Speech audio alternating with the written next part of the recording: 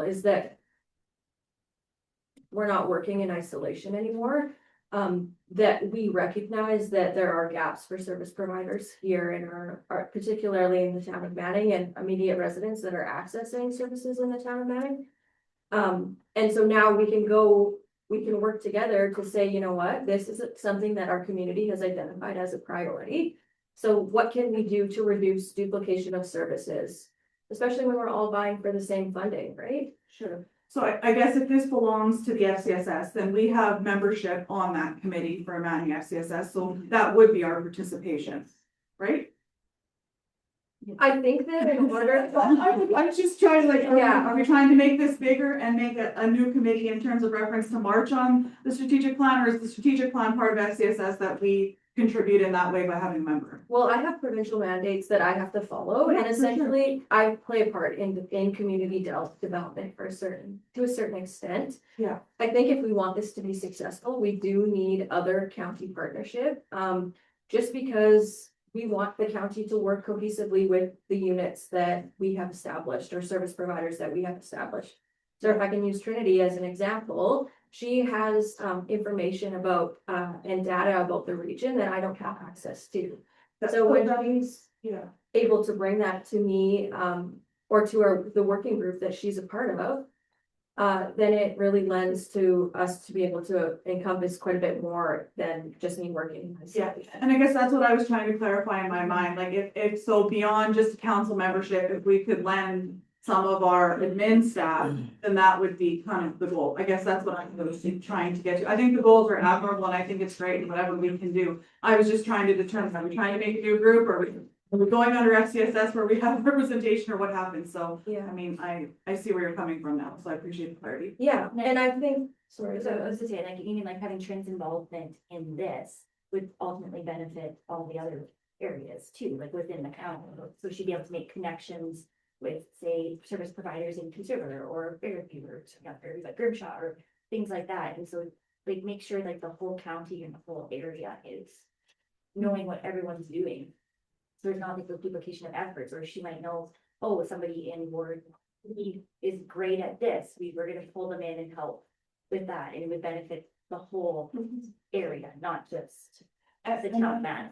Yeah, and then my last question was, what's the connection with the other FCSSs in the area? Because we do all three. absolutely. So everybody, unfortunately, there's no consistency between how FCSS organizations are run. So how Peace River conducts their FCSS programming is a lot different than how Manning does and Grimshaw. They also have, I know particularly in Grimshaw, it's the director is also their community services coordinator.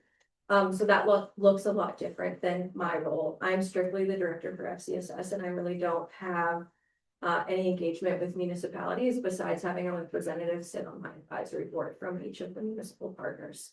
So, and I think Peace River, I can't really speak to what Peace River does because I don't have a great understanding, but I think for a lot of it, they sort of act as a funder. So they grant out a lot of their FCSS dollars. Whereas I am kind of on the ground providing specific programming that are bridging gaps for needs that we've identified with residents in our area. So for example, I'm working with the Manning Youth Center right now, and we're getting programming up and running. We started with having a 6-week pilot project last summer, and we now have 3 days of programming for youth in our community.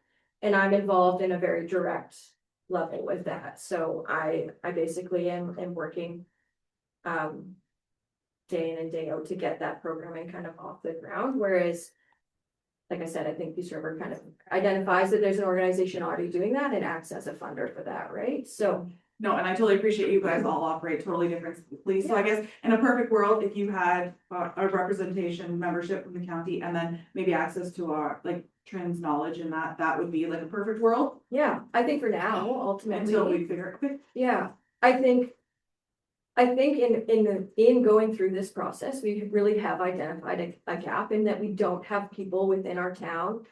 I don't want to speak to the county, but particularly the town of Manning, we don't have anybody who's leading this type of work, right?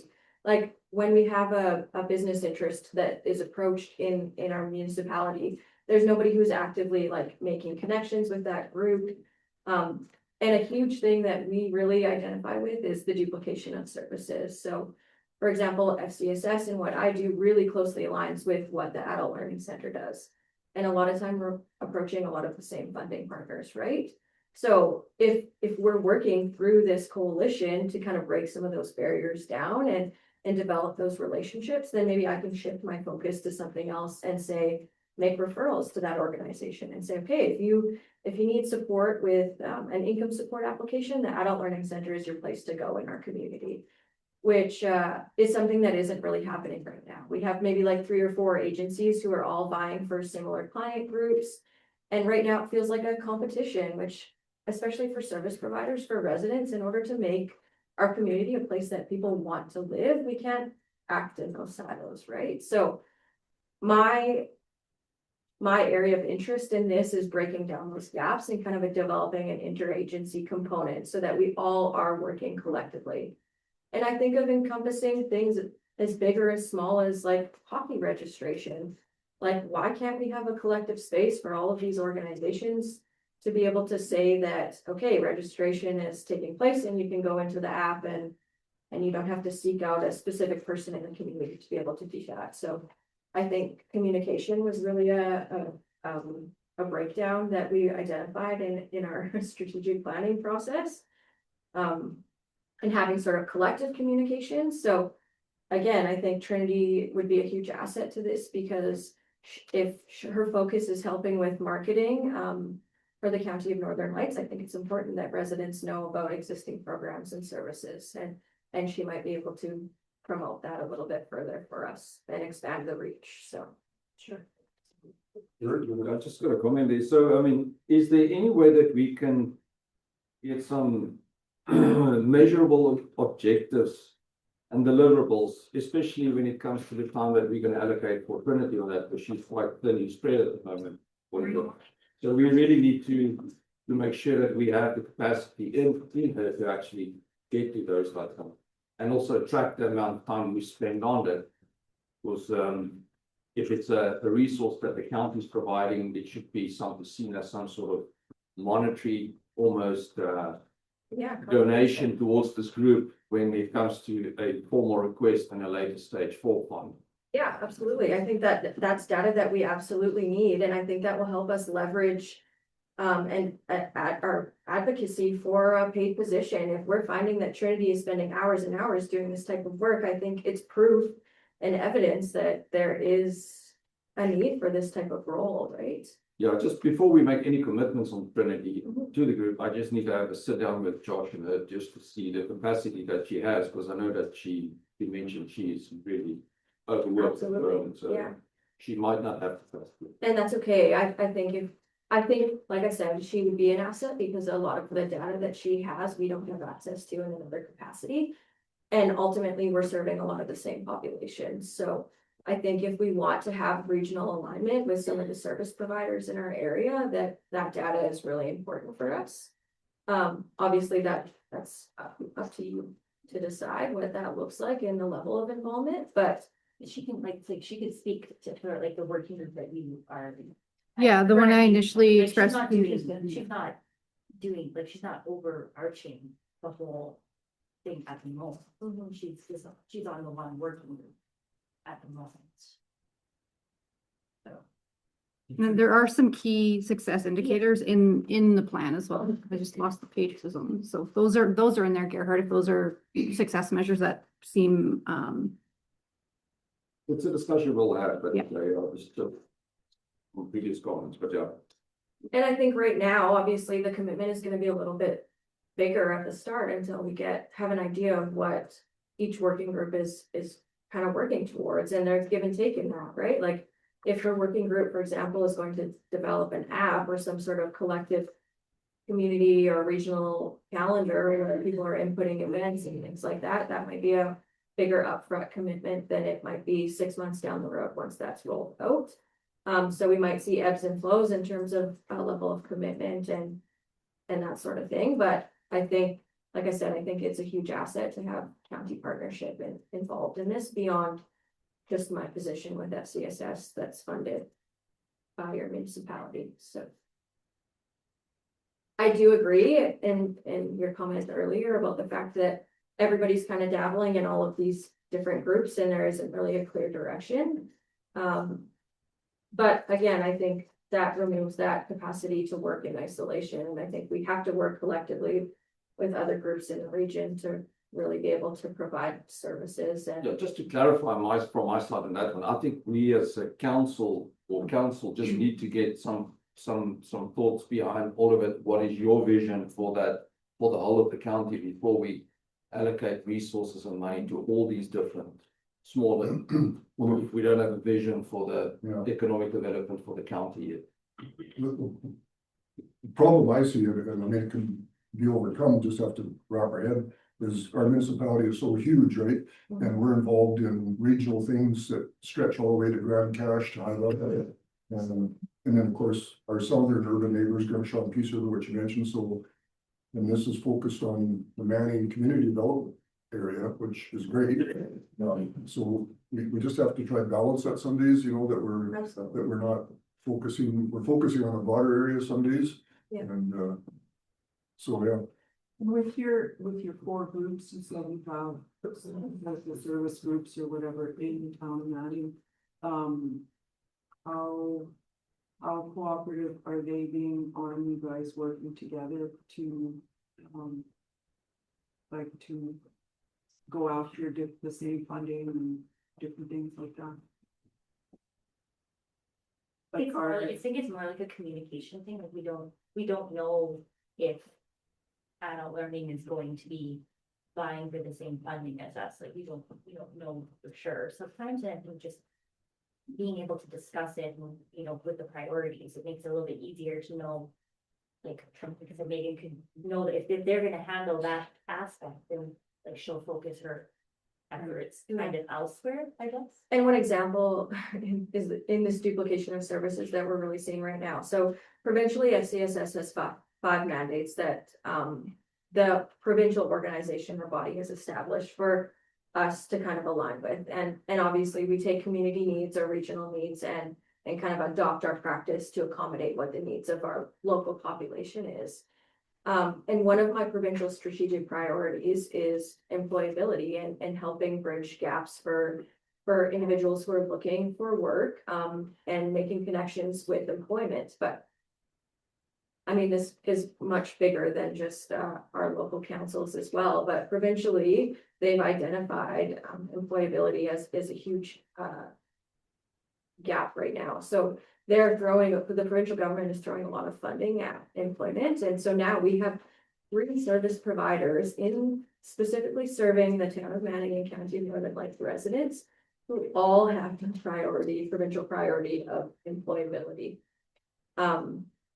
Which, like I said, I'm not going to be able at the provincial level to make influence right now on the fact that we have a population of maybe 5,000 people with 3 service providers doing that.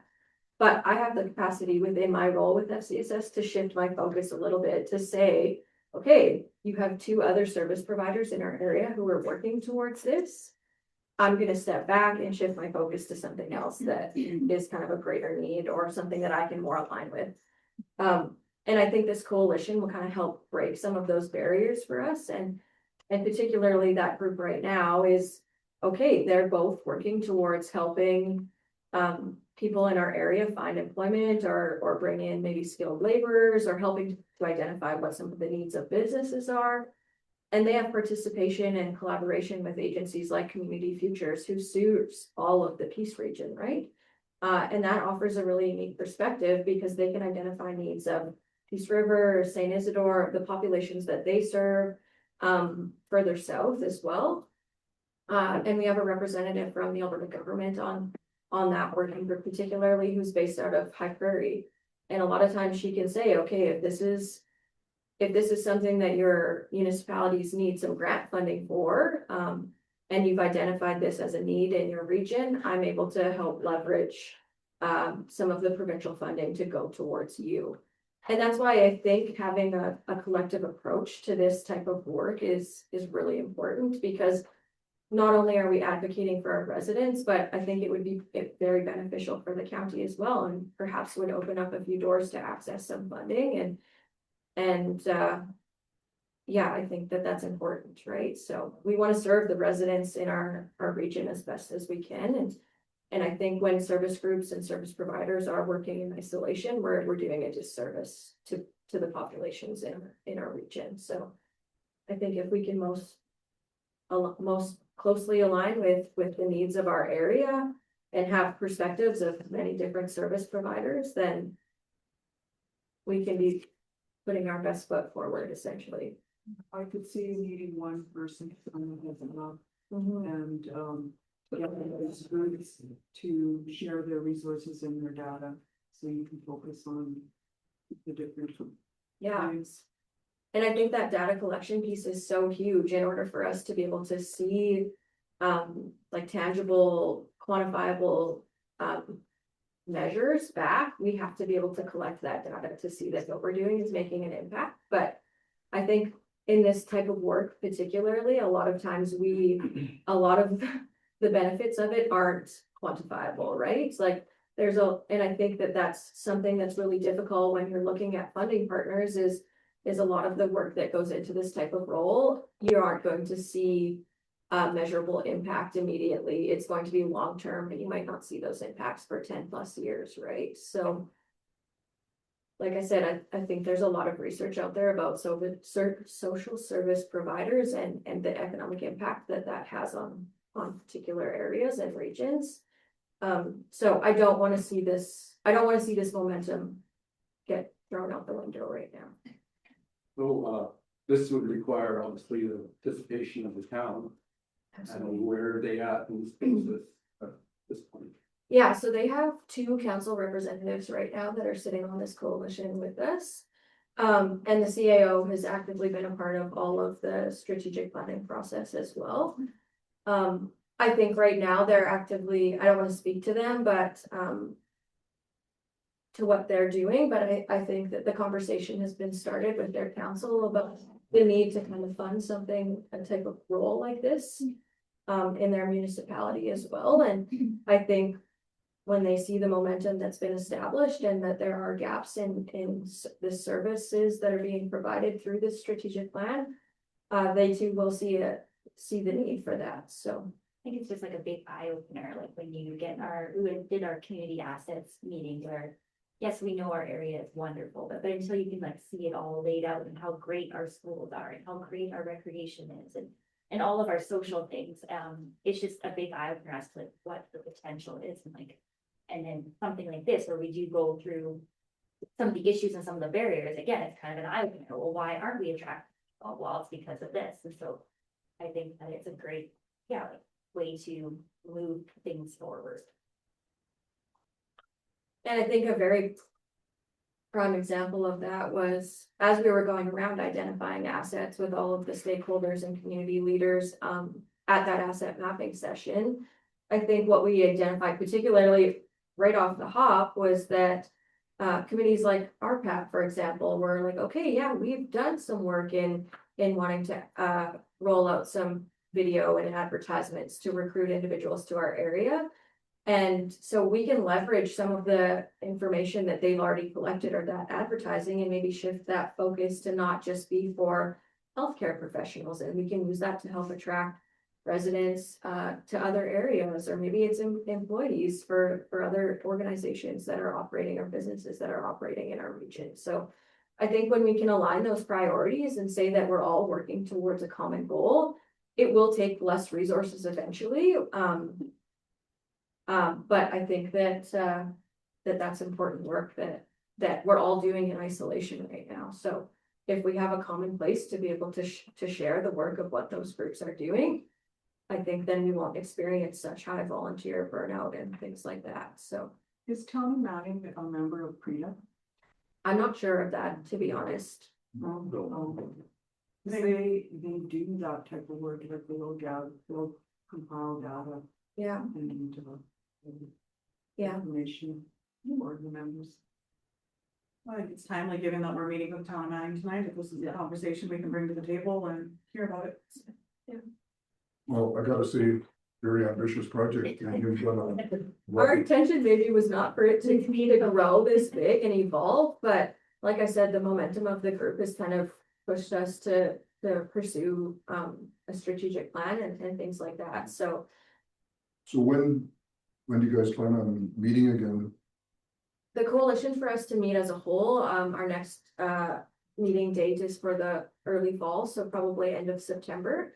But the working groups are collectively, or they're working amongst themselves to decide when they're meeting, so.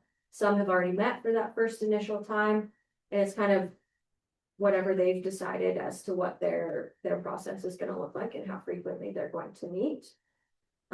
So yeah, it kind of varies between working groups, but yeah, end of September is when we hope to meet collectively again. Okay, well, thanks for your help to try to Very, clarify this vision. you said it was supposed to be a 1 year sort of getting into it. When does that year start? Like, Yeah, so I Good think question. our strategic, when we reviewed the strategic plan, I think that was kind of when we established like, okay, we're gonna adopt the use of this strategic plan as a coalition. We kind of named what this group is going to be. And that kind of happened at the end of May. So okay, I think we'll collect some data and look at what we've achieved so far in the first year and whether people want to continue to pursue this type of work So- for our area. so probably early next spring is when your next step would be Yeah. scheduled, right? Yeah, In the document, like it says, there's like year 2 triggers, so like if a certain thing is met, then you would move on to year 2 Okay. objectives, I guess. Mhm. So if we hit those before, yeah.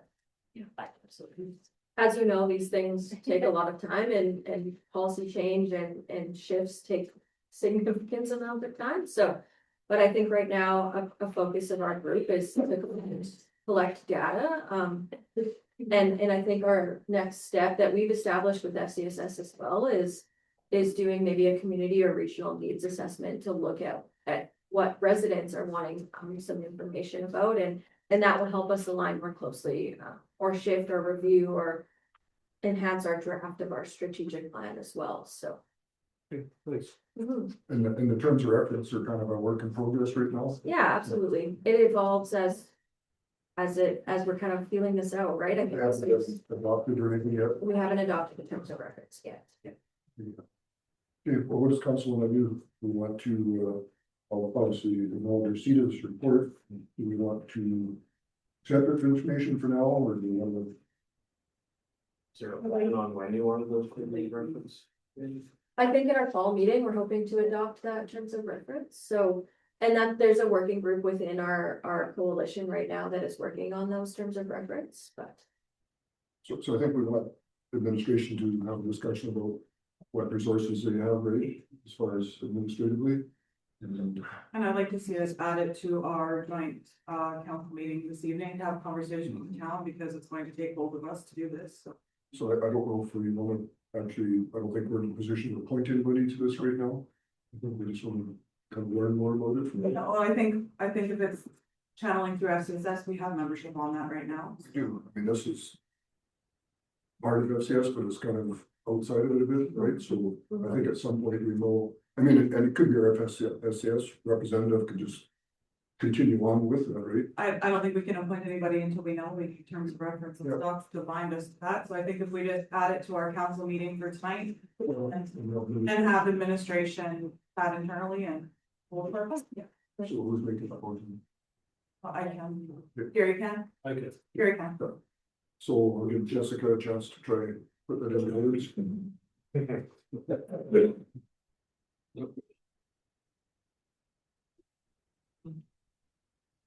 This is her first council meeting, so she's got lots to learn. She's rocking it.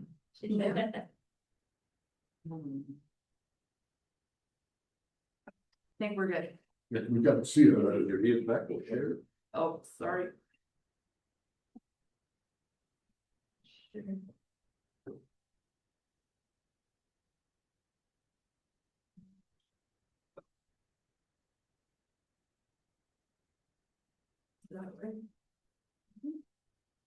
So I think, I don't know if we want to direct administration to direct administration to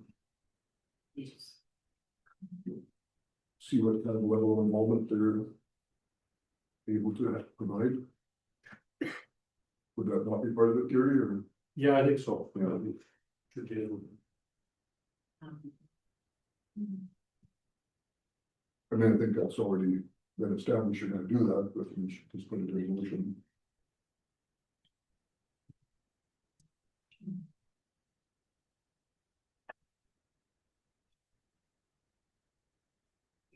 The resource allocation. The level of involvement, or, yeah, the resources.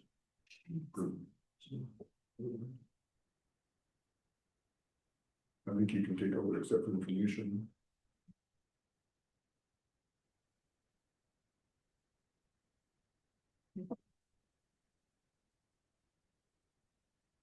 Oh, that'll work. All in favor?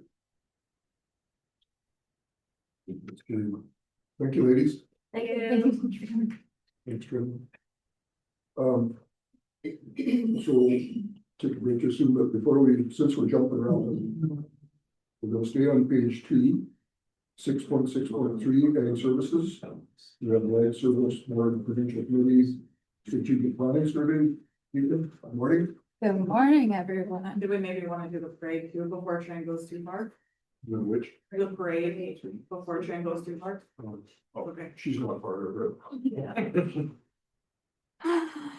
As a little bit of background, in the past, surveys have been completed for the Agricultural Service Board and has proven to be beneficial opportunity to express opinions and concerns about agricultural matters for our counties, from our county's perspective. In consideration, this survey is intended to help the Alberta Service Board Provincial Committee better understand how ASB operates in Alberta, how it's working with the municipal council. Is there a strong communication and alignment, or does it need to be made stronger?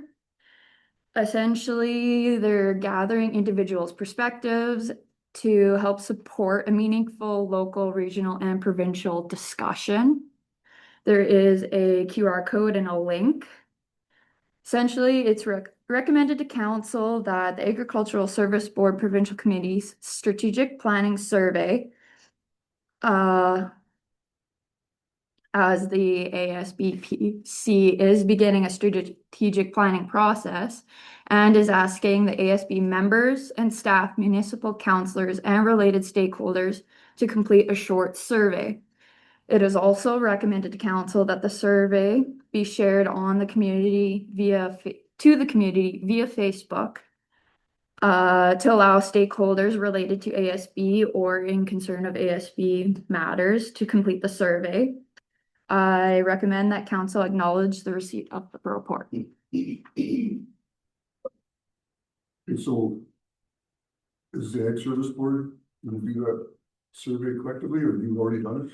No, it's essentially they're looking for individual people to go and complete the survey, because what they're doing with this is the ASB is trying to redefine their goals and their priorities across, like, this is the provincial board. They're trying to redefine those goals, and they're looking for individuals' perspectives. So like each one of you would go, or if you guys decide that maybe only 3 of the council complete the survey, it's up to you guys.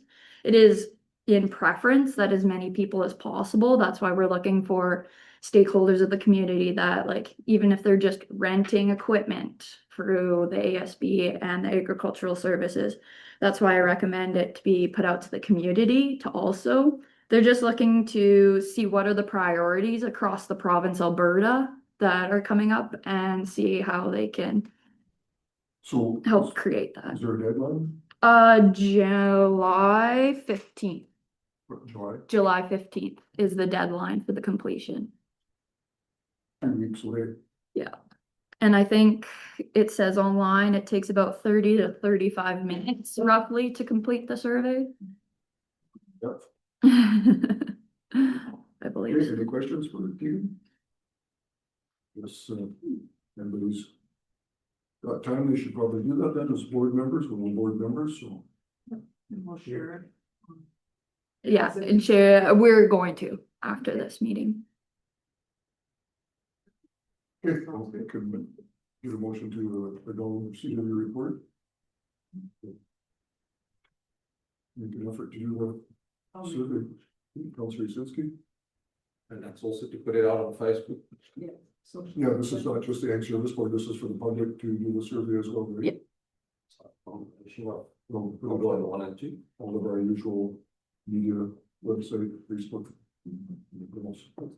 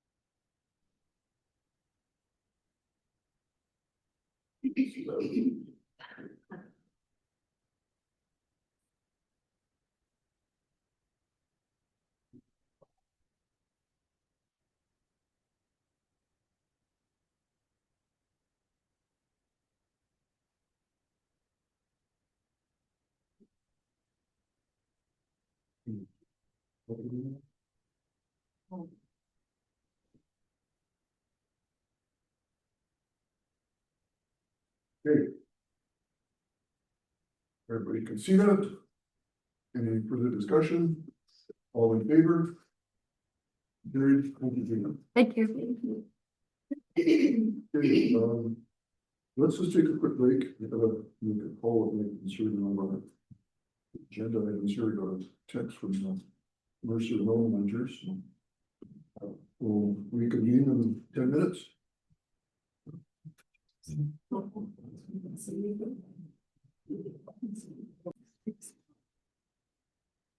So, come to my attention that on the agenda under 6.1.1 item D, Mercer P Circle, we're gonna move that in camera.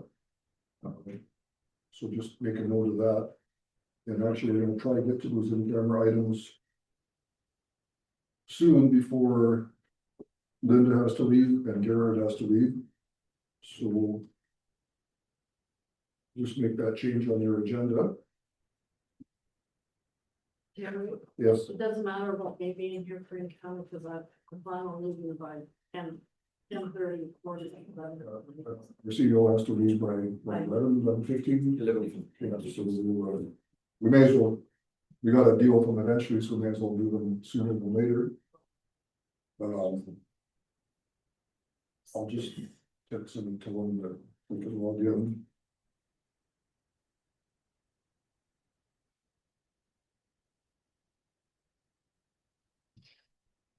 Let's just knock off a couple of council legislative first. So 6.1.1, first page, item A is the Alberta Forest Products Association Annual Conference. We got this invitation every year from them. Or the greatest house conference I attend. Supporting our biggest industry we have in the municipality, and they're always very appreciative of our presence, and I would like to attend again. Anybody else would? One can. Pardon me? So the last few years, I don't know what they're doing again this year, they paid for my registration. So the only cost would have been honorarium and accommodations. Yeah, I'm not sure what the actual registration is. Is there anything on the report on it?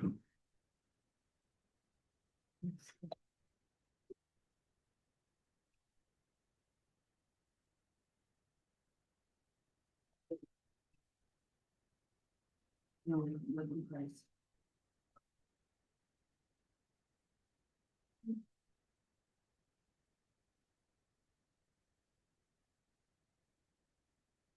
doesn't show the cost. No. No. I'm suspecting that they're going to probably cover it again, but I don't have any confirmation of that. Yeah, well, that's fine. Anybody else? I'll move to, send Reeve Ungarian. Thanks, Brent. Gerard, you were interested in attending too if you're available, or? If it is, I can definitely, I think it's good to that we support our forest partners at the moment, so. So I don't think we have to put you on the motion, and you can attend, so. Okay, any discussion? All in favor? Carried. The next one was PREDA AGM coming up on Friday that I'm going to go to. So if you read the letter, they are looking for nomination for their board. Gary, you sat on the board before? Yes, I did. Yeah. And that usually meant, a meeting the Zoom meeting before the regular meeting to sort of straighten everything out. I guess my problem is we don't know where we're going with PREDA. We talked about this before, but are we willing to continue? Like, I think our membership is paid up, Josh, for how long, do you know? It's annual. It's annual? Yeah. So it would be, and it goes on the calendar year, right? So we're good till end of this year. Yeah, I think there should be just, sorry, Chair, there's a cancellation notice that we have to provide as well. If council decides not to continue with PREDA, we have to send them a cancellation notice. I don't know if it's a year or 6 months like that. Well, I mean, I guess if I go to the AGM and try to get a feel what their goals are, their direction is, because such a big organization that we kind of struggle, sometimes we feel like we're kind of lost in the sea there, and I don't know that. I'm fine to send you the information gather. I wouldn't wanna see us pick up a director's seat for 4 years and lock us into another 4 years when we're on the bubble about it. I don't think they hold you to, like staying on because of that. Yeah, so if we did take a nomination and then decided to withdraw, well, then obviously. I don't think that would be a problem. That's kind of leading them along. That's making you seem like, let me be a director and sit for 4 years, but I might not be here. Well, Yeah, I honestly, I don't have a big interest in being a director. I mean, I know you did, and I don't know if you saw value in that, but because I think, well, I guess we'll see what happens when they appoint their board. Seems to have a south, heavily weighted on the south sometimes, and us in the north maybe get overlooked, but so I mean, Peace River has already indicated they're withdrawing, and I think the county of Grand Prairie has indicated that they might withdraw. Yeah, they did. So if those two withdraw, I think PREDA is probably on pretty thin ice, and because that's their two biggest supporters, right? Terry, Yeah. good, just a correction, so it's March to March. Well, Membership for PREDA itself is $4,680 annually. They bill at the same time for NTAB though. So I don't know if that's separate or if you have to be a member of PREDA to be a member of NTAB. It's subcommittee, so you- It's a subcommittee, okay, and what's the NTAB membership? $1,800. So combined, Yeah. $6,000. And then just another comment on PREDA from my experience and my involvement. I haven't been now in a while, but they do a few different things. So they do like kind of some broad information gathering type stuff for all of the municipalities. The project fund though is something that everybody contributes to and you have to apply for. So they don't drum up any projects for you guys. You need to go approach them with an idea of something you want to have done. And then they see what is all there in any given year and they decide what they can do out of all this. So it's I just want to make sure that we're not knocking that they're not doing anything for us when we haven't, in my time, taken them anything to do. So Approached them for anything, yeah. right? Well, it's always the issue with economic development, right? You always go around in circles. What do you want us to do? That's the question. Well, and in the town of Peace River's minutes and in the county of Grand Prairie's minutes, when they made a motion to withdraw, the membership fee is going up. So I'm assuming that will probably be ratified at the AGM, so that'll be interesting to see What that is. what that is, because both the county of Grand Prairie and the town of Peace River quoted different numbers, but it's a lot more than $6,000. It's population based, yeah, So, and I haven't been told that it's going up, so unless Yeah, whoever our member is aware. Well, and I'm assuming membership fees would probably be ratified at an AGM, that Yeah. would be the appropriate time to do it, so just a note to look for when you attend for information. basically, we're not going to have anybody from our group, so we'll just say that you're going to attend the meeting, right? yeah, because we're members. That's so right, it's not we're a member, represented. but we're not having anybody on the board. Yeah. And I'll make that motion. Okay. Put that into words, Jessica, Councillor Liskin moves that the to council- attend the PETA AGM, but not to put any, not to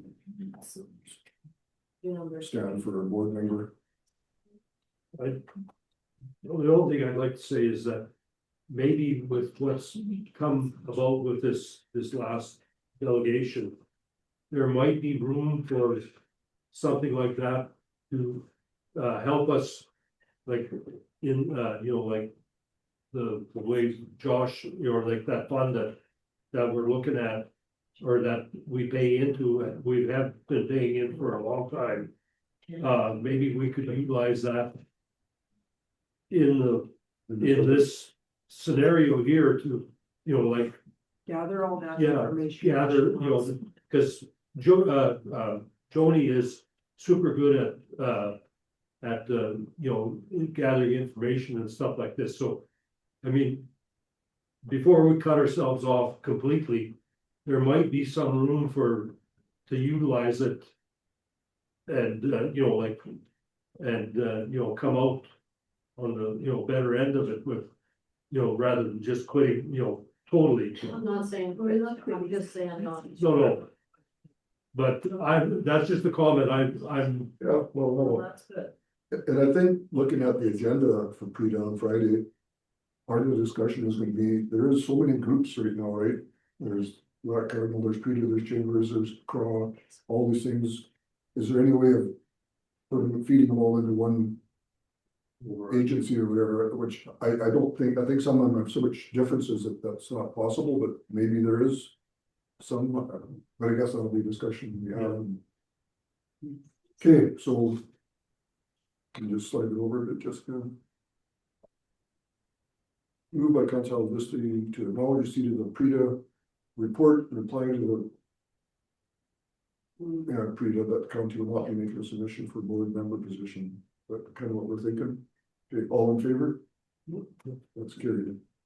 Okay, so in the name of time, we're gonna jump on the agenda again, doing lots of that today. We're gonna move to the end and do a couple of in-camera items. And then we'll come back and finish up the agenda, so now if you wouldn't mind, and Dawn, you and Tuesday, Charles, you can leave. Yeah, no, it's very good. Might wanna take your coffee, Don, if it's still got someone. Pardon me? No, you're okay. I can show you where the catch is, I don't want to hang out there. So I need a motion to go on camera. Councilor Levinsky, all in favor, it's carried. So, Jessica, the only ones that,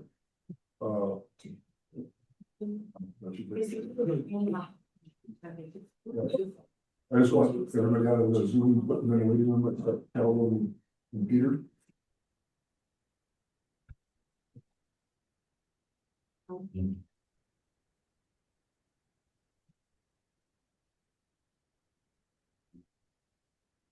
CEO. Under BTIA. Section. And we're just gonna leave it. Cal, and Peter, can you hear me? Hold on one second. Yeah. Yes, we can hear you. Let's do the mic check here, we're gonna get you in here pretty quick. Oh, sharing. Just go stop sharing all the. Or hearing. It should be bigger, yeah. Now we need to kick out all these other people's ready, in the waiting room. Open it up. And it was, 3 things, but not that person, but Dwayne. Put it in the waiting room, do that for, Peter is not a part of the, Yes, he has Peter and Kel. okay, Johnson, waiting room. Josh is like Walensky, waiting room, and Carl, waiting. And just double check to make sure you've got what you need, so you've got Cal, Peter, and Josh still off. Stop the bullshit recording. Stop recording, we'll see 0.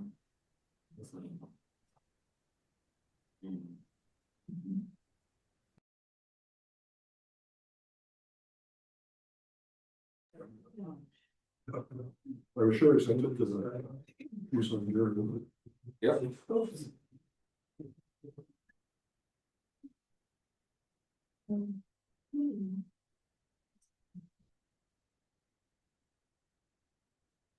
Did you get to finish your coffee hot?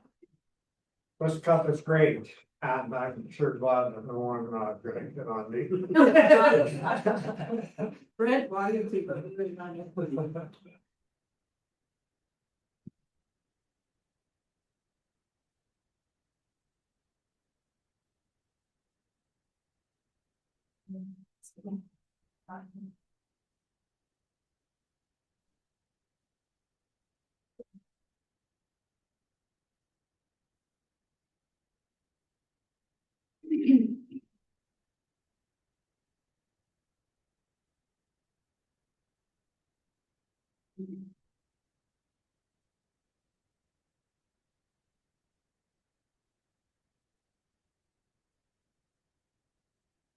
Share screen.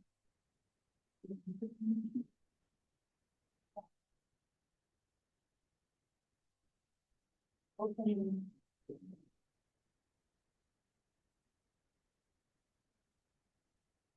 Just so your email was the administrator. EA@county.nl.ca.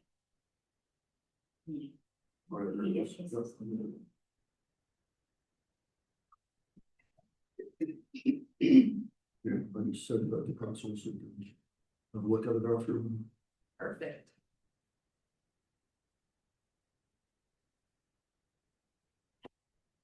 Do you wanna do those motions now or wait till? We can probably do them afterwards. Yeah. So Yes. first one would be. Well, the first one would be the last thing we discussed about, I don't wanna call it, this, public statement. The public statement on snow clearing during this past summer. Something. Someone would be. Felt like somewhere where you were.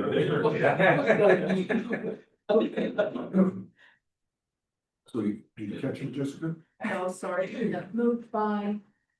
We haven't got a motion, we haven't got a mover yet, but we'll just put a draft motion up there. Good. Yeah. Are we doing it from by Councillor Reese?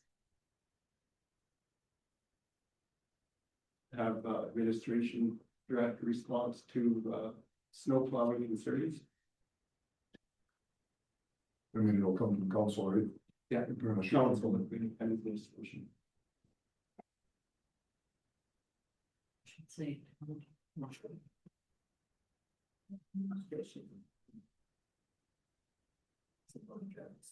To snow and health concerns. Yeah. it falls under the- Yes.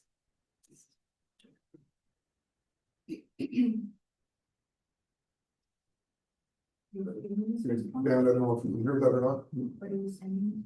You caught it? Oh, You caught the motion? And publish it on social media. And, in the paper, right? And that's it, it's, Yeah, but the balls are bad. Post. Could you repeat the motion? We'll show you the motion now, but it is moved by Councillor Reeve to have administration and council draft a response to the snow plowing concerns this past winter and publish it on social media and the Mile Zero banner posting. Okay, everybody heard that? All in favor? It's carried. The next one, we would have, Director of Finance.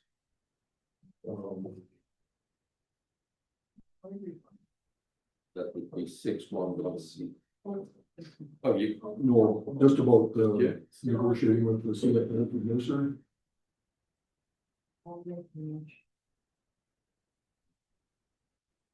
We, no, I don't think we need to make a motion because we already have something in place that we can just build on. just build on that, okay, good. Okay, but we do want a motion though to, Accept the Mercer discussion Yeah. information.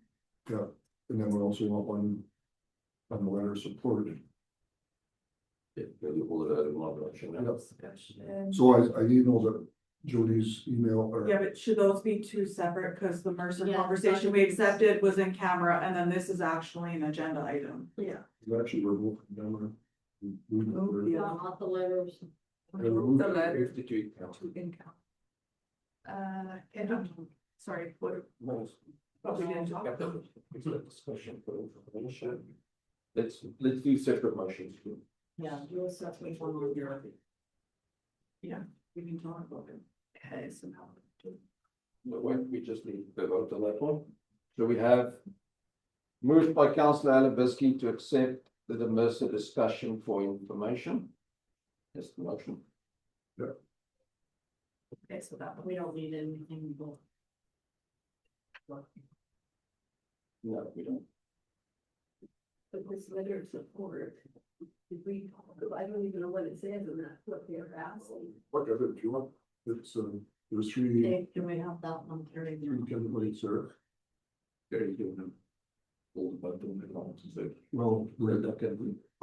like, let's see which one. So what we have is that moved by Councillor Alabisky to accept the Mercer discussion for information. Yeah, that's. Motion, the Mercer discussion, the in-camera Mercer discussion for information. Okay, all in favor? Yeah, that's good. Okay, not leaving. Does everybody want a few minutes just to look at the email and just see those template draft example letters? Oh, yeah, I can see. Number one, number two, number.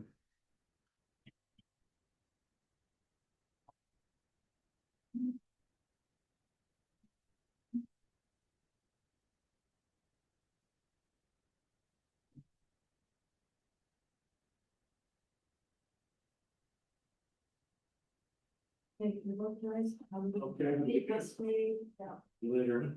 Later.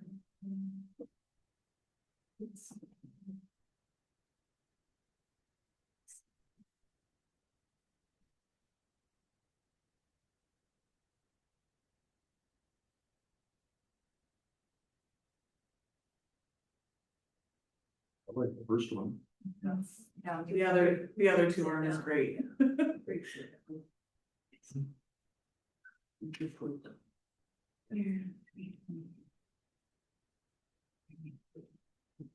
Did you see them there? Yes. I have, yeah.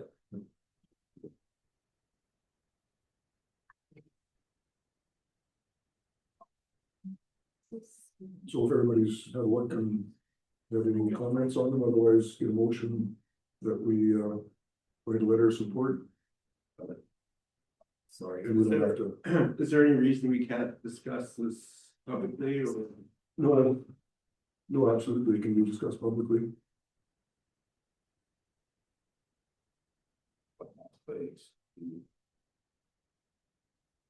So this is a request from Mercer to provide a letter of support for their carbon capture and ship.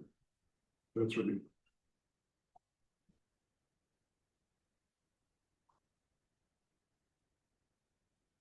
Sorry.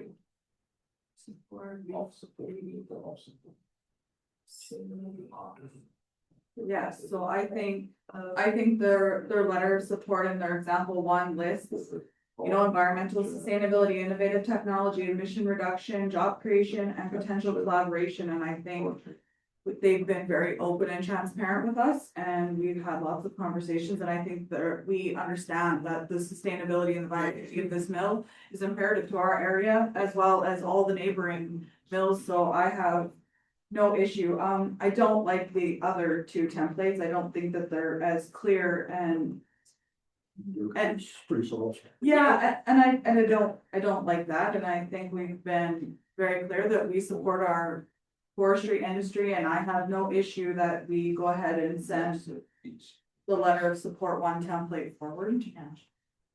You don't necessarily have to do it off the template either. No, You gotta grab your own and, you know, using guideline, yeah, this is just kind of, personalize it. it was actually a guideline, this is exactly what it is, so we'll leave it with administration to. Yeah, I kind of like the way it lists the benefit. It seems more like a better support letter when you list the reasons why you would agree with it, right? So Garrett's distracted right now, but we'll let him up to speed on that. International. So we're gonna make a motion to give a letter of support using example number one as a template, but you can tweak it where you think is necessary. We'll fix that. Fill in the X's and, you know, if you have any other comments to add on there that we Just- recognize them as our. Me and my friend will sort that out. Just more like in that form and list the reasons and be more clear. The other ones are pretty vague for letter of support. And maybe you can just send the draft to council before we, I'll circulate. he said they want it by July, right? I can't remember where she said that we're seeking letter of support. That's fine, I'll have that completed probably by tomorrow or Thursday and then send it to council. So I'll put that motion on the floor. Okay, thanks, Kaylin. Somewhere I see it's in July, so Kaylin has made that motion, all in favor? That's good. Okay, we'll get back on track here. So Jessica gets ready. Or we can start discussing. Yeah. All right, let's move to 6.1.1, item C, board report discussion. Kaylin, you have requested this. Yeah, so I think just as a follow-up to what we heard from the Ward 4, 5, and 6 ratepayer meeting here in Manning last week, that perhaps having our board reports, because they do act as an accountability piece and a transparency piece for our ratepayers on what we've been up to as councillors through the month, rather than having them just specifically located in our information packages or on our agenda, sorry, on the first meeting of the month, that instead we have them there, but we also add a tab to our website so that it's really easy and located for residents to find them. The other thing that I wanted to add is that perhaps we need to look at developing some sort of protocol or a better way to share on major conferences that we attend. I think some of our conferences that we attend, there's a lot more information gathering that would be beneficial for the public to hear than just what is concise down in a couple paragraphs in your board report. So I'm not sure how that looks, but there are some conferences that have just a lot more information that you can't condense down to one paragraph, and that would be a good way to share it back. So yeah, that's where I'd kind of like to go. I'm open for discussion. Well, I guess everybody has a different level of, you know, I mean, you go to a conference, the RMA convention goes over 3 days. Everybody would have a different way of summarizing it, so I don't know that there's a standard way we can actually do. We can do better, probably. Maybe some of us currently do. I mean, I try to put in as much detail as, I'm not a big note taker, so a lot of times I'll write my word report and have to say, what the hell, what did we do that day? Yes, But, and for me, I didn't realize Linda was leaving so quick. She was the one who kind of thought about the conference piece of it, but I'm happy with just starting with the board reports and see what kind of feedback we get and go from there. I just think it's good to have it in our agenda and we know where it is, but maybe just a separate tab on our website now that we have the ability to put it on our website easier. And just keep it up there for the month, and then next month, when the new reports come, then put them on there, and it's a good accountability piece. That's how we explain to our residents what we're doing, that's why we do them. Yeah, I think there's probably not a huge amount of awareness that these reports are there, you know. Yeah. Maybe we could be better on making people aware that this is how we remain accountable. Yeah, and I think I made that comment at the meeting, like prior to me being on council, I didn't know that's how I could find out what my ward representative was up to on a monthly basis, so I So think it would be good. just a FYI, not that we live in the past, but when we first got on council, Brett would be part of that. It was verbal reports, there was no written reports, so that would take up hours of the meeting. And there was no really, I mean, the executive assistant would record as best she could, do a stenographer there. So I think going to a written report was a big improvement, so maybe we can build from there, so. Sure. I couldn't imagine doing that verbally fully, okay. Yeah. Well, and understanding too, back then, there was a lot less committees that we attended, right? Oh, for sure. Like I said, that was the road club, we'd come in and talk about graveling roads and mowing ditches and go home, right? And, but now it seems like we've been downloaded so much. Okay, well, any other comments on this? If not, just get a motion to accept that, verbal report for information. So, well, I would like the motion to maybe say that we ask, direct administration to create a separate tab on our website Okay. and monthly, I don't know how you wanna say it, and put our monthly reports onto the tab. I don't know how to say that eloquently.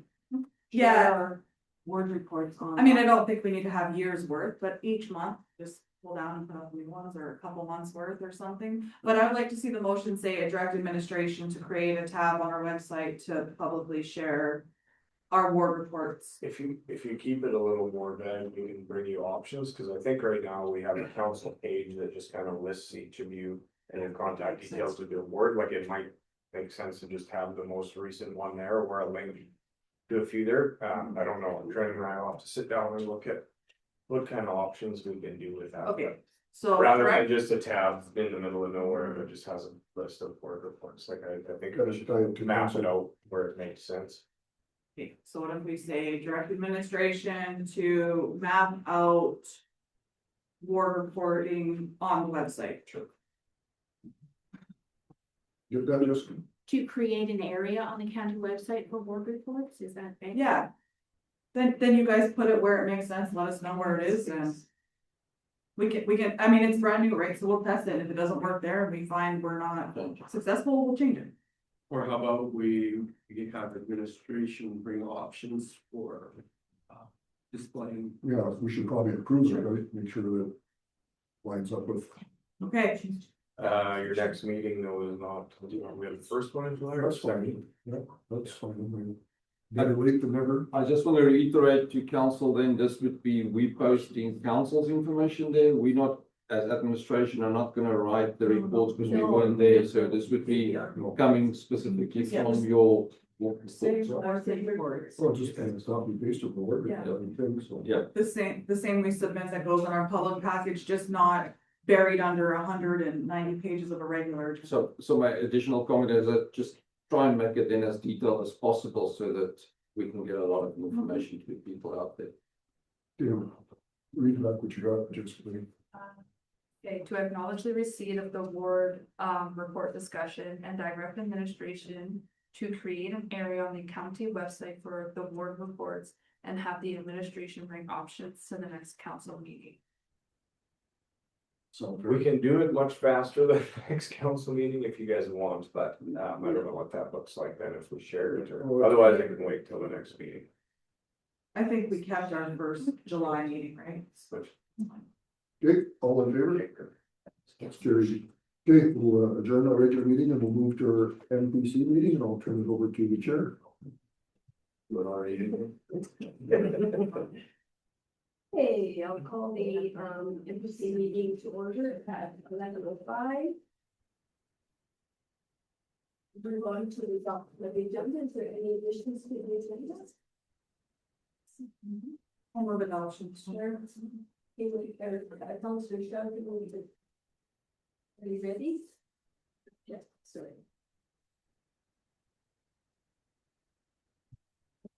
What was this? It was on my part over. Sorry, that was just the minutes if you wanted to read it. Yeah, they're ready, but not in the package. You good? Yes. Okay, so we have a motion by. Councillor Sharp. All in favor? Carried. We'll move to 3.0, the minutes from the May 26th meeting. Any errors or omissions? Being none, can I have a motion? Move to adopt the minutes. Moved by Councillor Yacinski. All in favor? Carried. 4.0, a development permits issued by the development officer. Is there any questions on the land development permit that was approved?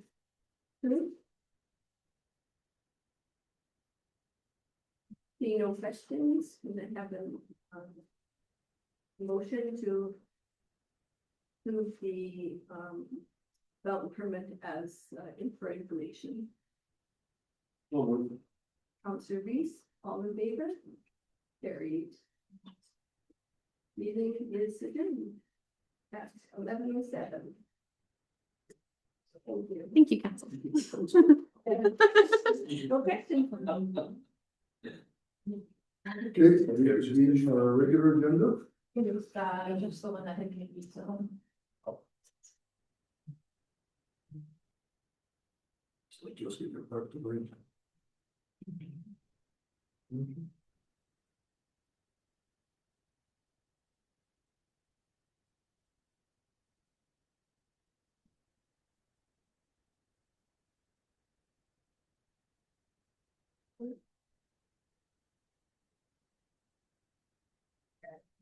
Got caught up. Right, first edition. Item E was a public statement from Ward 5 Councillor. So I'd like to take this, I would like to offer sincere apology to Ward 5 ratepayers and to all the ratepayers who attended Wards 4, 5, and 6 ratepayer meetings on June 17th, 2026, held at the council chambers. During the question and answer period, Ward 5 resident Al Yacinski asked me whether any ratepayers had expressed opposition to the proposed nuclear power project. I answered no. I would like to take an opportunity to retract my answer to yes. I have spoken with residents who have shared a wide range of perspectives, including concerns, questions, requests for more information in favor and opposition to the project. My response that evening did not accurately reflect those conversations, and for that I sincerely apologize. I would like to apologize to my fellow councillors and county administration who attended the meeting. It is important that the information shared at meetings is accurate and reflects the views of our residents. I feel it important to publicly correct the record, both to clear my conscience and to maintain the trust and respect of ratepayers I have the privilege to represent. Thank you to everyone who continues to engage in important conversations and a shared commitment to the future of our municipality. Okay. Relative, pretty straightforward, I think. Thank you. So, I guess since it's on the agenda, we should probably have a motion to accept the public statement from Ward 5 Councillor. I can do that.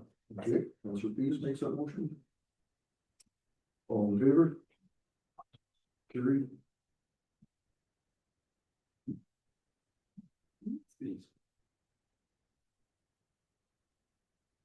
We're good. Okay, the next edition was item F, position paper postponed. Yeah, I can speak to that as much as I am aware, but the consultant that drafted this position paper has made multiple connections for the release of it with media sources, with government people, municipalities. he was unforeseen, had a medical emergency, he's currently in ICU in a Toronto hospital. Says he's doing okay, but he has to have a defibrillator installed. Routine procedure nowadays, I guess, and he should be fully recovered by the end of this month. And we'll have to we just thought it was in best interest to wait for him to be part of the release. So unfortunate, but I guess his health kind of took precedence over rushing ahead.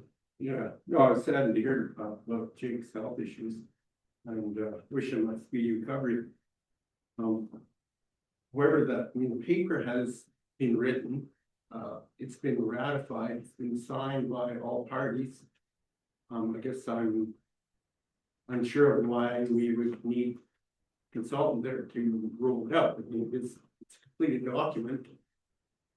So, yeah, I'm unclear on it. I mean, his job's completed, is not.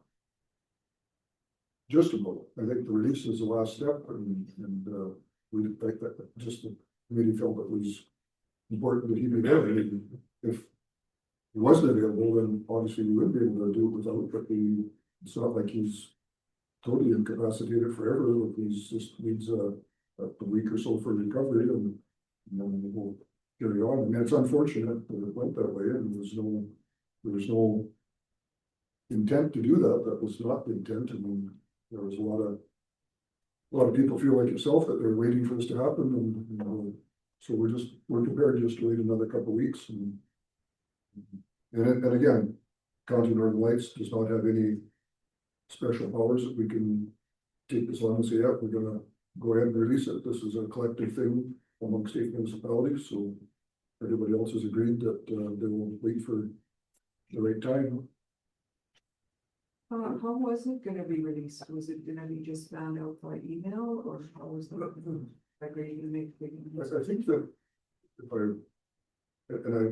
I may be unclear enough, but he was going to have, try to find it, well, they had picked a date that all of the committee members would gather, and they would actually have a public signing of the position paper. Everybody would sign it, and then he would have obviously electronically would be the main way, because he had a bunch of media sources. You had federal and provincial elected people, and they're not all going to drive to Peace River or to Grimshaw with this.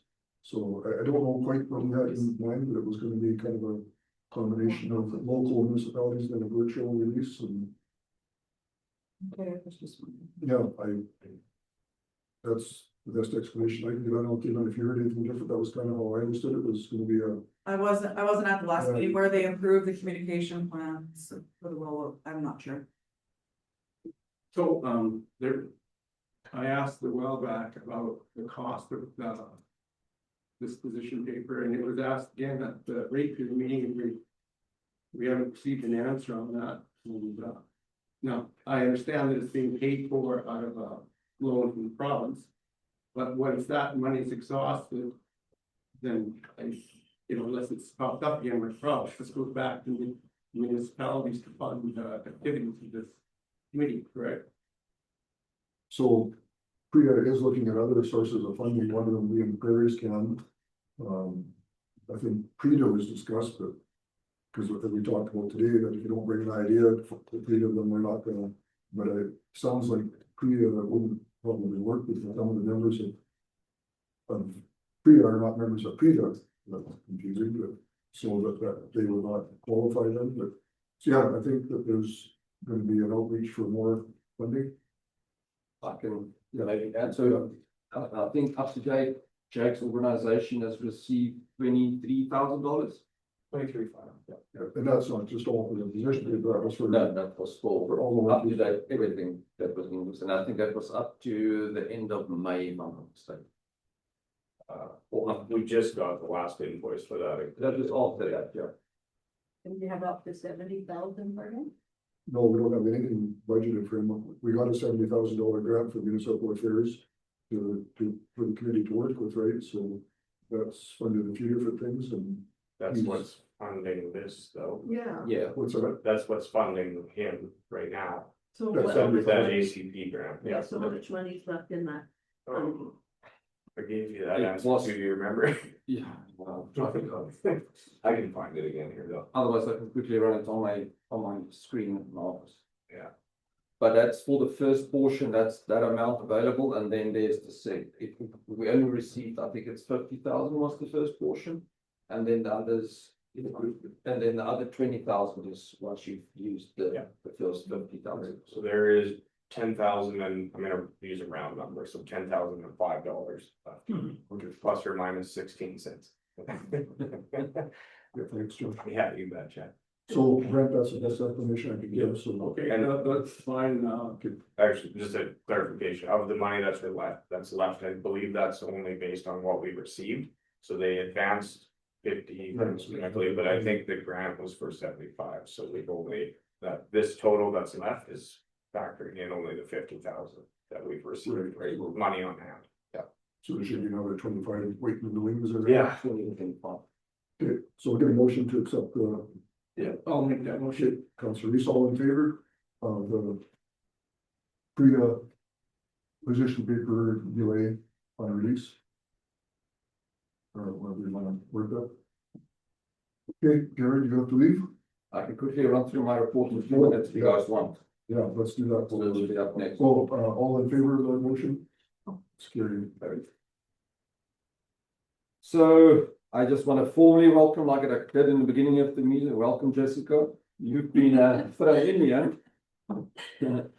So attended a few meetings, so we met with AMEA on the R project. I mean, we're busy going through that one. We touch on that, my report. You all, touch on that one. We have the resource farewell. Yeah, we'll miss her surely. And then with enterprise fleet management, the position of our first, well, this year's, last year's 5 vehicles. We're going to do the report looking at the budget for 2027. So through budget season, we'll bring a few options to council for that. We had a Energy Alberta quarterly update that just gave us an update. Tracking along, it's not very. I see you rolled a Christmas party into the Energy Alberta update. Oh, it's probably, sorry about that one. We had a presentation from Mike Law, who's the head of power integration at Energy Alberta. That was quite an interesting discussion on how they're gonna potentially integrate into the electric grid. They are investigating that, and as soon as that is sort of more detailed, they will release some statements on that. Yep, then we had the Tri-Council Christmas in June. I want to say I officially won the fishing contest as the rookie of the year. It was actually very good. I was really impressed with Figure 8. It's a lovely campsite and I can really recommend people going out there and spend some time there. It's really well maintained. It's really clean. It's awesome. The bathrooms are amazing. Who looks after? It's the progress. It's really cool. And I ate those perch there, but You did? their flavor was good, but there's a lot of bones. Well, it's a lot of it. I attended a RMO meeting on ICF workshops. There's a link that I put in there. There's some framework they just put out as some guidelines for the ICF frameworks going forward, which I think is really helpful in dealing with those ICF frameworks. I attended the rate pay meetings. Some of the items that I picked up was concerns on the cancelling of the driveway snow plowing south. That's quite a big thing there. Some concerns on the grading that we got chopped, and this is going to put a letter out later on for this public statement. There were some concerns on the taxes and grazing leases, and then also the fire protection in Dixonville, which we potentially can look at the reduced level of service. But meeting up with our consultant, there's some more information that we have to work on that. It's not as easy as just dropping the level of service. But he's got some concerns that he will also bring to council at a later stage. Then we did the 456 one year in Manning, the Ward 4561, which is 40 people that attended, which is really, really good to see. And I really appreciate the public coming out for that. And I hope that if we have more, that they'll definitely continue coming to those, because that's what it's all about. There was lots of concerns about the nuclear raised at that meeting. We did refer to most of the concerns, they need to refer it to either the proponent, IAC, or the CNSC, which is for most of the concerns were outside our scope of dealing with. Economic development is concerned, we're looking up to what we had earlier in discussion there. There was a concern from a resident representing 20 residences in the area for hookup east of Manning to the water line. Something that we could bring back to council in the fall for a budget exercise. And then there were some concerns about the Natakiwan Park, but I'm sure I touch on that. you will catch up on that in your report. Talking about the fire services, I met with Rodney on those. So we met with the Peace River Fire Department to start the process of separation there. We are compiling a capital asset list, which is 100% county owned, which is percentage county and Peace River owned. So we're busy finalizing those something and actually how we're gonna either transfer the assets or what is the plan with those things. And that includes the biggest one for us is the training facility that the county also funded. So we would like access for our firefighters to continue doing the training, maybe for the next 10 years or so that we could actually use the facilities and just either bringing our own trainers to work there, which is also from the Wiggleville side that's been certified to use those, or if we have to like pay for service for the Peace River Fire Department to assist with live fire trainings and also some of the consumables that we might use. We've also asked for the Wiggleville training records and yeah, I've got training. And then we met with the Manning Fire Department. I want to reiterate, it's not finalized. I sent a draft version of the agreement to April and our lawyers, what the changes that both Rodney and I worked on, so that they can consider those changes. And once the agreement has been finalized, we'll bring it to council for ratification, and the same with April taking it to the town for ratification, and then we'll formally start the process. But there was a meeting held by Rodney with the Manning Fire Department just to the same cut up questions, get the training records and all those done. Started. So go back to Peace River, what was their, how did you gauge their response to using the training grounds? They don't have an issue with that as far as you can tell? Well, we met with Tim and he absolutely agreed with us that, yeah, it would be really good because it would also be good for them to train with jointly to actually still continue that. Because I mean, they don't have the capacity to do fire services on their own if there's a big fire in Peace River, they would definitely call on mutual aid for us to help, and it would be great if we can continue those type of relationships, which we both absolutely need as required. And then it's just about community. So that is my report. So joint meeting, of course, has been moved up to 1400, right? It's moved to 2 o'clock. Okay, any questions? You've been busy, so. Canadian. So it's been a motion to accept the CEO report. Oh, go ahead. Okay, Councillor Yasinski, all in favor? Carried. Well, we'll get them. Go. Thank you for Yeah. me. You should have had a Canadian shirt on. This is us Canadian. Oh. You take your maps with you? What I lost. You're confusing. I think good. Okay, acting CEO. Ready to rock. Okay. On to page 2 of the agenda again. Then we move to Public Works, Director of Public Works report, Charles. Yeah, I got you guys something writing here now this for this one. And I have a few extra things that have come up, so it's been a busy month. Dust control is as of the writing of this report was 60%, but I'm happy to say as of yesterday we were 100% done. So that is completed. Re-gravel program, we're getting everybody together on the 6th to get everybody orientated and up to speed with the plan. AEMA, as Gerhard kind of touched on, we met with them. They came, did a tour, showed them some of the worse off areas. Currently compiling a list for them, as well as associated costs and all that fun stuff. Pictures, so. So a lot of these washouts, that would, they would be eligible for. Absolutely, yeah, yeah.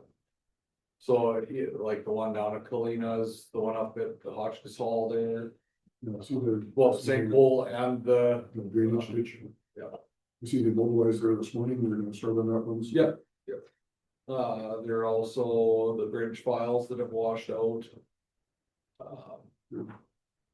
Yeah, there's, We'll take what we can get. yeah, oh yeah, for sure, cause it's, it is coming at a fairly extensive cost. Slight correction to my ditch mowing one here, they're starting Ward 2, not Ward 1. And I believe there's started, I didn't actually ask Tegan about that this morning. Buoyant alert, happy to say that number has increased to 41, excluding the administrators. So myself, Josh, Gerhard and Trin. Bridge inspections. We've had a couple of issues. We had a bridge in West Dixonville, got hit by a seed drill. Tore up guardrail pretty bad. That's going to get added to our bridge maintenance for this year because there's additional issues that the seed drill didn't cause. That need to be addressed. The speed will be reduced on that one to 50 kilometers an hour, some barricades put up to keep people going off into the creek. There was another one that a sinkhole opened up. That was just due to a button boards gave out. That was the one that was closed on 840A. So they engineers agreed that's we were on the right track with the fix that we had, so that's been reopened. But it is one as well that is going to be on the radar for more frequent inspections because there is some concerns there. As Gerhard kind of alluded to, we that it's not a queue and park washout. I spoke with Alberta Transportation on Friday.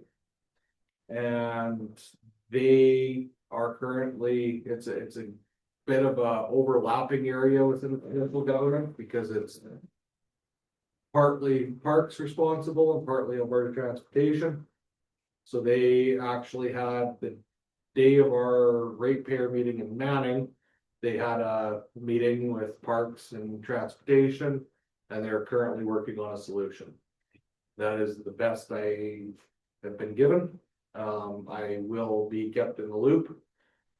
One of the other things, so there's a few things talked about with transportation. The Hotchkiss Bridge erosion. They are again coming up with a solution and will keep us in the loop. I did give him the pre-warning, as we talked about in the previous meeting, that would come up likely in the zone meeting. You better not drag their feet too long because they'll end up losing their. Then that's pretty much what I mentioned. I did poke a little bit on the STIP end of things and soon is what I got. You got what? Just soon. No. It's a little weird this year. Because they were trying to loop in some MLAs, I guess. I don't know. It's the the word that was used was gong show. So as you can imagine. You have to just remind them that went from a $9 billion deficit budget to possibly a surplus budget with the price of oil now. So. And on that note too, like I know in talking with some other folks in the highway maintenance end from transportation, their budget's been cut half. Yeah. So they're, yeah, I don't know where the money went. That's on. Yeah. CN Crossing at Third Battle. They are well aware of that. They are keeping pressure on CN to do something with it. Cause I imagine it is still as bad as it's been for the last, since they repaired it. Other than that, I can't talk about that. One of the other things that I have for council is I need a motion from you guys, because our capital project for fencing in Warrensville went a little over our budgeted amount. We were budgeted for $47,000. And we came to 52,226 due to changing of a gate. So now it's a roller gate. So it ended up coming out to be a little bit more than what we originally anticipated. And that's all I have, unless you have questions. Thanks, Charles. Any questions? What was the extent of damage at the park or the site? It washed out, that was about 10 years ago, I think, it washed out once before. Yeah, I have fixed not, it in pretty short order last time. yeah, I have not been up there, so I don't know exactly. But they are well aware of it and they're dealing with it. I don't know exactly, so I don't want to speak to that. Yeah. Never goes away there. It seems like it's every so many years, there's another washout. Yeah. It's just the nature of the hill and the amount of water that comes down there, so. Oh, exactly. It's gotta get to the river somehow, and it's, the way it's coming down is not ideal, obviously, but. Yeah. Well, good that Parks and ATEC are looking after it anyway, so. No washouts to deal with. They indicate whether they were trying to do a short fix or just a long term fix. I was just told that I would get looped in when they have something to loop us in on. So do you think, any value in bringing Derek and Danny to a council meeting, maybe in the fall, or do you wanna bother them over the summer, just so we can get word of mouth updates, because I mean, there's a few other things that we talked about, For sure, yeah, I mean, I and can, he was willing to do that. right? oh yeah, no, he's always willing to come and talk with you guys, that's, So maybe next time you're talking to him, just kind of put a bug in his ear that we might send out an invitation again. yep. They are slated for over an hour at our zone meeting. In August. Yeah, so between that and then do one November-ish and. And he's gonna do a detailed list like he did. Because we never can get in front of the minister, so I mean, Derek is probably a better avenue anyway. Yeah, between Derek and even Tom that we met with in Edmonton there, those are the guys that are doing the Movers and legwork. shakers, yeah. Yeah. Okay, any other questions for DPW report? Need a motion to accept for information? Okay, Councillor Decken, all in favor? Carried. You have a second motion that he asked you for as well. Please. About, that's the one word that, there's more money to approve the overage on the fencing project, right? Yeah. And then I've got it for you to sign too, Terry. Good. And the bonus to that is if we pay it soon, we get $1,000 off, so. That total is with $1,000 off, but. So I'll pay it soon as in by, not that it matters, but, No, if you pay it by the 7th, I know. or sorry, the 3rd. 3rd of next month. So is that project complete yet, or Yeah, it's done now, you're at go by and already noticed it? Good. yeah. No, it does look really It's nice, good, yeah. Okay, It was 52,226. Yes, okay, we need a motion to approve your, yes. Otherwise, there will be another motion. No, that's exactly what it is. we want to put the amount in that motion? We've got it, yeah, just, I mean, it's your guys' motions, if you're happy just saying the budget overage, Yes. is fine as well. I think that's. The budget over. To approve the, To approve the budget. Who wants to make that motion? Brenda, I think Councillor Yusinski will make that motion when you use. The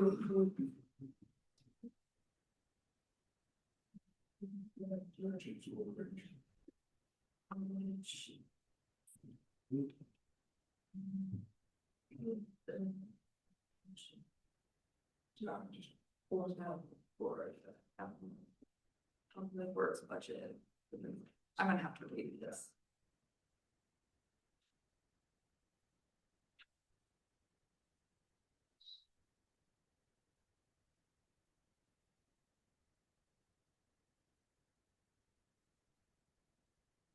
Okay, Councillor Yusinski made that motion, all in favor? It's carried. Okay, next item is an addition, item B, the rural crime watch signage placement. You got Charles. Yeah, so I just wanted to get council's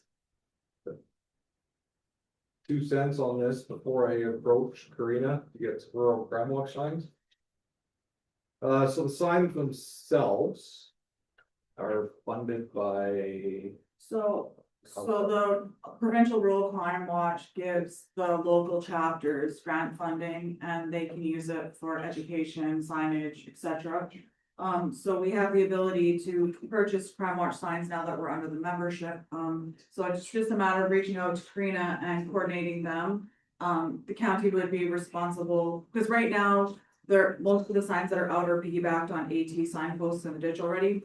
So we would just be responsible for the posts and the installation. They would provide us with the signs. We just kind of need to know how many and where they are. In addition to our last meeting, there's also Crime Stopper signs that they're doing as part of a grant program that requires an application.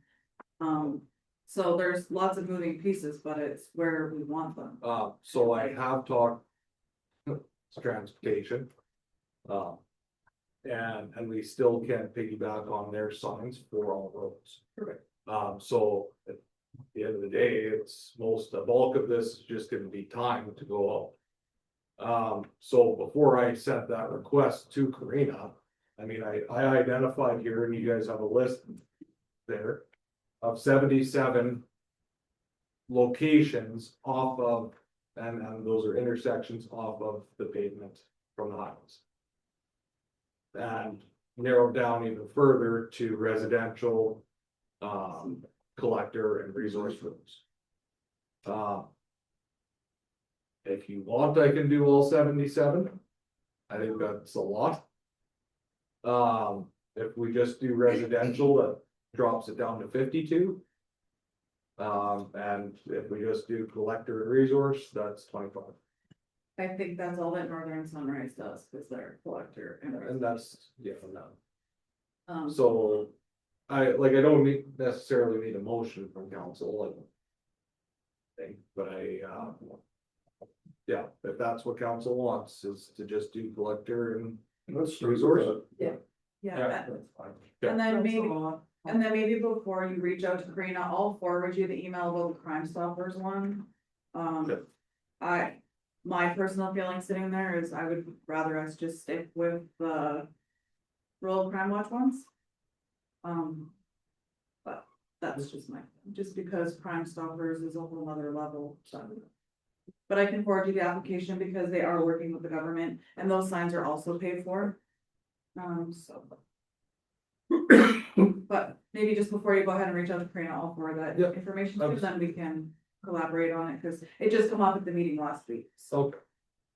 I was just gonna say 4, 3, 5. along the highway, but Well, and then, sorry, Terry, but then also too, you gotta remember all the other highways, it's like 743 and Well, 986. It's not just highway, right? Yeah, it would be 25 on the resource. Collecting, right? Okay, well, we'll order some screws and. I think since we're putting signs, there's no harm in having that in a motion, so. Okay. Placement with Well- those, because Charles's report brings you a bunch of different options and you're. The only thing about that is I don't know if there's a limit. So maybe if we don't say that we're gonna do 25 stands, cause I don't know if like each chapter is limited to how many we can have. Yeah, just. So maybe just a correct.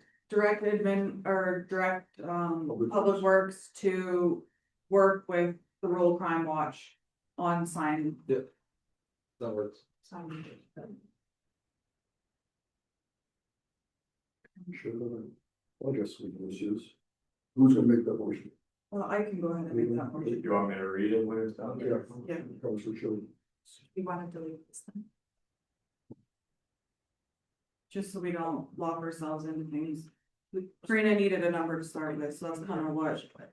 So we had moved by Councillor Shove to acknowledge receipt of the rural crime watch signage placement and direct public works to work with crime watch for placement.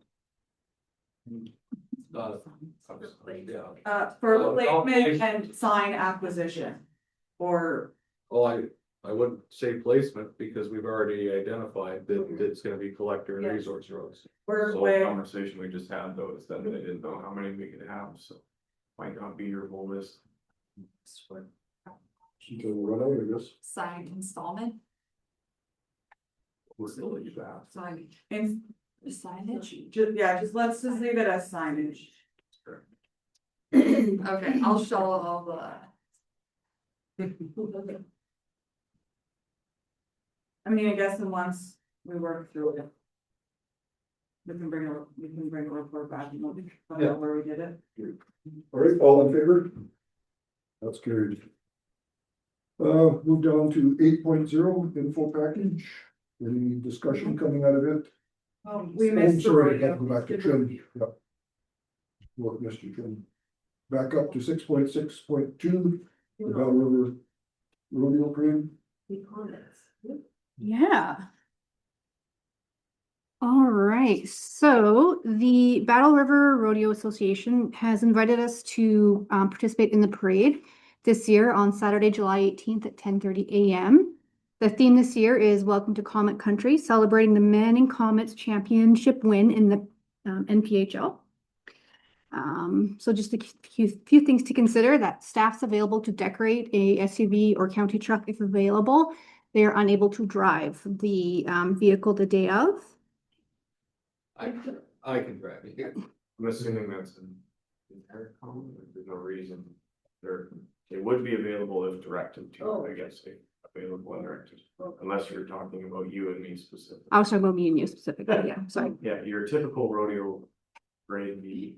And we'd also have to order parade float supplies to be within the theme of the parade float, and also parade float decoration items aren't necessarily reusable. So I try my best to make sure they stay in decent condition and recycle when I can, but in this instance, I would have to buy some new decorations and candy. Do this. Absolutely, I agree. We did it a couple of years ago, we missed last year. Yeah, we did, we didn't do it last year. It was very last minute.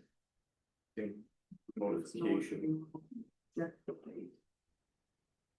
Yeah, I would love to see us participate. What are you kind of thinking for budget wise? I'm thinking I can probably get away with around 300. Yes. And that just gives me like a good cushion. I don't have to spend the 300, but it gives me enough cushion.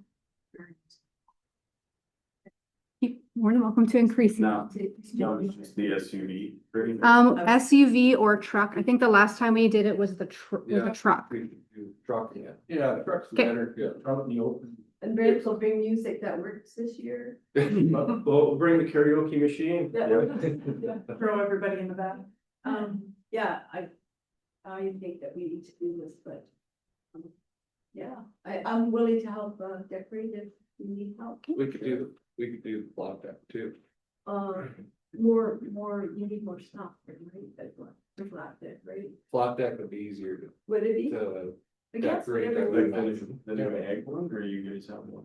well, we could do either one. The new east, like whatever's easiest, Yeah. then you might need.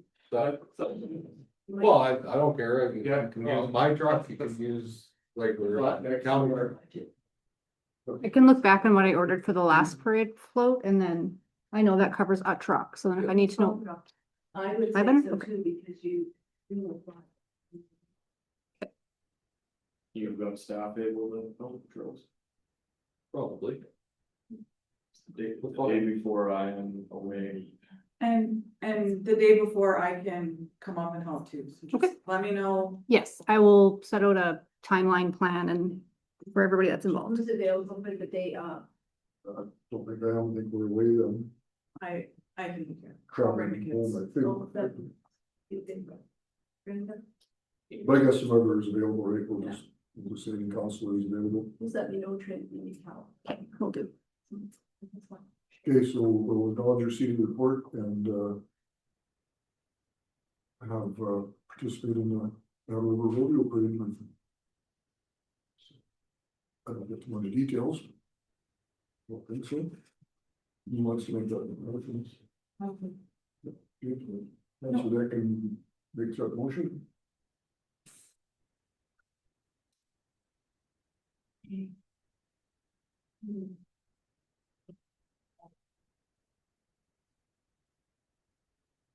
Signage. I need to go back and look because I couldn't remember Okay. if it was the NPH or what the acronym was for the league. And then And So just read it back, just. and then I remembered how long ago it's Moved by been. Council Deccan to acknowledge the receipt of the Battle River Rodeo Parade and approve a $500 budget for candy and decorations for the truck float. And any councillors available will participate, or do we need that? We want to add Oh, yeah. Council. First. Yeah, that's right. For the parades. Okay, all in favor? We'll fix it. So Let's carry. Thank you, thank you, Trent. Now we can move down to info package. Any discussion coming out of it? If not, get a motion to accept the information. Councillor Reese. I think I get one, Jessica. Yeah, it was 2 cents.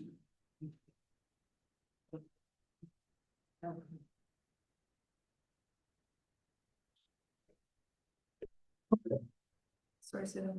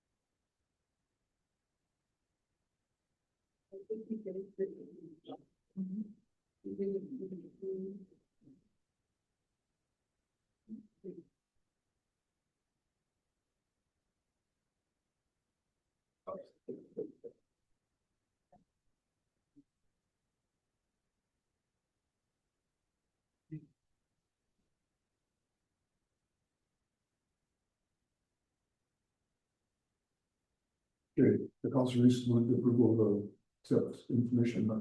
All in favor? Carry. Open mic. Yeah.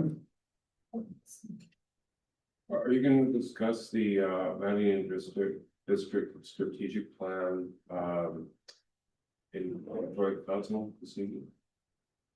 Are we going to discuss it? We're gonna kind of wait for them to come back with terms of reference. Oh. No, we're gonna discuss it with the town of Manning tonight, that's what he was asking. Yeah, tonight at the joint meeting, yes, yes, absolutely, yep. But then we'll see where it goes from there. It doesn't seem like everything's developed yet. No.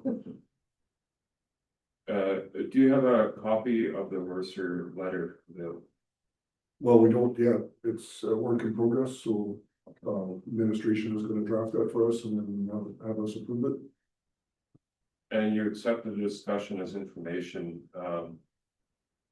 and you're gonna send a letter of support using number 1 example as a template. Could you explain that a little bit? Oh, well, so Mercer reached out, asked for letter support for their carbon capture project.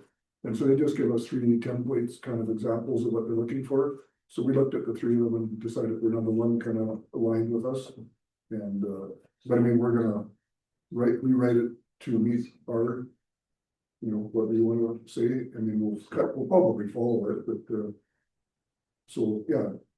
I mean, we can, it'll be a public letter, right? Once it's released, and, don't have that at this moment for you.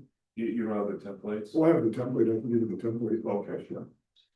Yeah, It'll be personalized, it won't be exact copy. yeah, it's just kind of the guidelines to follow and. Yeah. You go this way to make the personalized one. Yeah, I don't know if there's any value in you having a template one because Oh, you it don't? may not end up looking like that anyway. Okay. And, the position paper's been postponed. Is that because of, the past story or past story? Yeah. Is that because of his health? Yeah, he had a, kind of emergency medical situation, unforeseen, and, so. As a result, we're just gonna delay it till he's recovered and back in action, which he anticipates will be by the end of this month. Right. That's it. That's it, you know, anything else? No. Yeah, on your June 17th meeting, more than one person up there stated that you're gonna totally ignore the plebiscite because of the low turnout from voters. Now, every one of you councillors got probably the same amount of votes, maybe less, because some of the wards were voted by acclamation. And you're quite happy to sit up there and say the voters, we got the majority of votes. So if I'm just curious, if the plebiscite went the other way and everyone voted to support this nuclear program, how many of you councillors would have accepted this plebiscite? Now, I'd like you to be honest. So, just to refresh your memory, the plebiscite is a non-binding plebiscite, right? I understand. And we did take the results of it and submitted it to IAC, who was the regulator on the project. And that's what we did with it, and I don't know what you were expecting otherwise. I mean, we, as a municipality, we don't control this project, it's not our project, we're not regulating or approving it. I totally understand that, but the taxpayers in this county said they did not want this nuclear project. In 2011, I think it was in April sometime, the council actually listened to the taxpayers and rescinded their support for the nuclear project. I can't understand why, like. Even more people said they needed more information. I understand that, but regardless, the majority said they did not want it in this county. And I don't know, you councillors should be, I don't know, listen to your taxpayers. I think a couple mentioned the fact that the turnout was fairly low, 18%.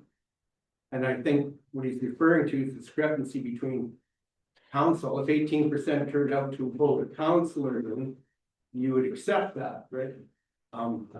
So, Well, we have to accept. yeah. But some are saying that the It's low fine. turnout casts doubt on the results of the plebiscite. So that's, Yeah, I I get think that. we kind of hypocritical that way.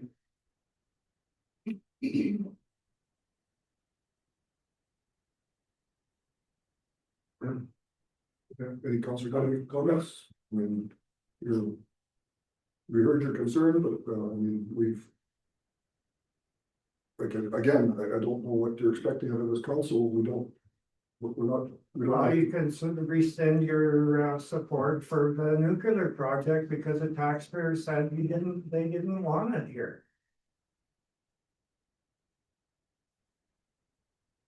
like, I would have thought that would have been the first thing on the agenda after the plebiscite, that you guys would at least take a vote on it, but you just totally ignored this plebiscite, apart from sending it to IHOP. Both of the questions gave us, good information on how to, go forward with it. Like, obviously, there was a segment of the population that are opposed, and it's up to us to make sure that IAP and CNSC get the reasons why they're opposed and relay that information as well. There's people more people said they needed more information, so. And that's our job as well, to share any updates or information that we get with the public. As far as it can go. Well, and we made it clear on the website that it was. I think you could go a little further and say that, the county of Northern Lights doesn't want this project because the majority said so, regardless of how many people voted. It's still a majority. But I was talking over top, but I mean, again, just to remind you that this was a non-binding website, so that meant that it cannot be used for any decisions like that. It could be used for information, and it's not gonna direct. Well, And in clearly stated. 2011, that petition that got sent out was non-binding as well, and still the councillors listened to the ratepayers and rescinded their support. Well, thanks for your concern, John. That's. What is that? I've never heard of that. No. He was talking about the first time. Well, back in 2011, I put forward a motion that we rescind our support for nuclear based on opinions of the public. Tara, if you'll recall, you stated that you would go back, you wanted to delay it and go back to a ratepayer meeting and discuss it with your residents, right? Yeah. And based on your discussion with the residents, you found out that a majority in your ward were opposed, and therefore you. No, don't put words in my mouth, because I didn't say majority. there was a lot of people who were uncertain. It really, like, we were new on council, like, this was our first order of business, had no information to support it, and that's where the residents felt, so it was a 4-3 vote to rescind the motion, and that was, based on what I knew at that time, which was very little. Well, but your quote was, I believe, was that you realized, you discovered there was very little support for it. That's 15 years ago, and I don't recall what my words were, but I just know that there was a very mixed group of people that, some were supportive, some they were neutral, and some were opposed, right? So based on the lack of information, and that's what we're finding out is probably the biggest barrier is lack of information. And so I think we're trying to do a better job of that this time. And so, yeah, I don't want to base today's decisions on something that happened 15 years ago, because I think a lot has changed since then. Okay, nothing else from the open mic. I will adjourn the meeting at 11:59.